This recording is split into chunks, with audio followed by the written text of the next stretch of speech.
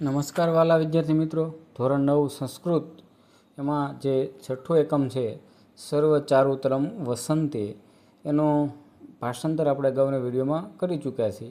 આજે આ વિડીયોના મારફતે સ્વાધ્યાયના પ્રશ્નોનું સંપૂર્ણ અને સચોટ સોલ્યુશન કરવાનું છે.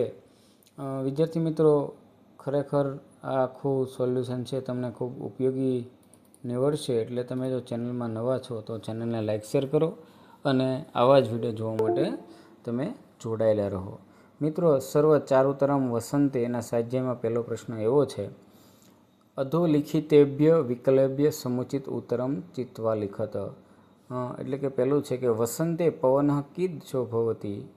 તો તેનો ABCD એમાંથી જવાબ આવે છે એ એટલે કે સુગંધી. બીજું છે કહ મધુરે બચોસી મનઃ નિહંતી. તો એની અંદર C જવાબ આવે છે કોકિલ. ત્રીજો જે વિકલ્પ છે એની અંદર જવાબ આવે છે ષષ્ઠી તત્પુરુષ. ચોથા વિકલ્પની અંદર જવાબ છે કમળ. અને પાંચમો જે વિકલ્પ છે એમાં જવાબ આવે છે મુખમ. ત્યારબાદનો પ્રશ્ન જોઈએ કે અધોલિખિતાનામ પ્રશ્નામ ઉત્તરાણી સંસ્કૃત ભાષાએ લિખત. એટલે કે નીચેના પ્રશ્નોનો સંસ્કૃત ભાષામાં ઉત્તર લખો. પેલું છે વસંત સૌભાગ્યમ કસ્મે દદાતી.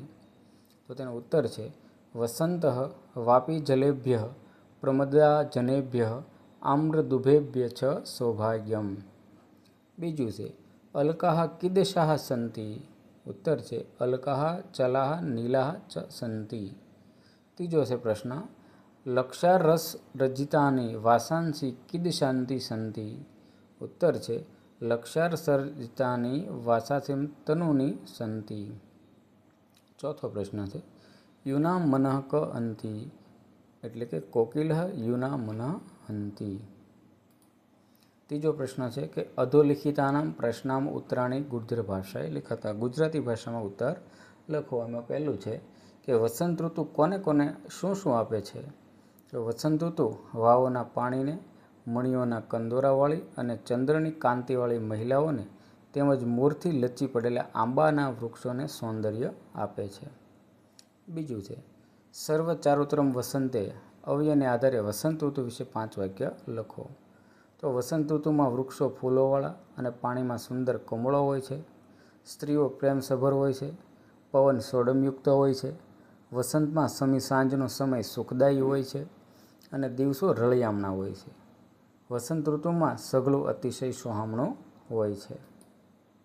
ચોથો પ્રશ્ન છે ક વિભાગ ખ વિભાગેન સ યથાર્થિતામ સંયોજયત. એટલે કે ક વિભાગ અને ખ વિભાગને છે યોગ્ય જોડકાનો છે. ડાયરેક્ટ જવાબ છે આપણું સલિલમ. તો તેની અંદર ખ વિભાગમાં છે સપભમ. પ્રદોષાહ તો સુખઃ. પ્રમજ્જનામ એટલે કે અલ્કેશુ. ગુરુની વાસાંસી એટલે કે વિહાય. અને જને થતે એટલે કે તનુની વાસાંસી. તો આ રીતનો એનો જવાબ છે બને. તો આ રીતે મિત્રો આપણે સ્વાધ્યાયના પ્રશ્નોનું સોલ્યુશન છે એ આ વિડીયોના મારફતે કરી ચૂક્યા છીએ. આવા જ વિડીયો જોવા માટે તમે ચેનલને સબસ્ક્રાઈબ કરો અને અવનવા વિડીયોથી તમે માહિતગાર બનો. એટલા માટે ફરીવાર મળીએ આપણે એક નવા જ વિડીયોમાં. ત્યાં સુધી સૌને જય શ્રી કૃષ્ણ.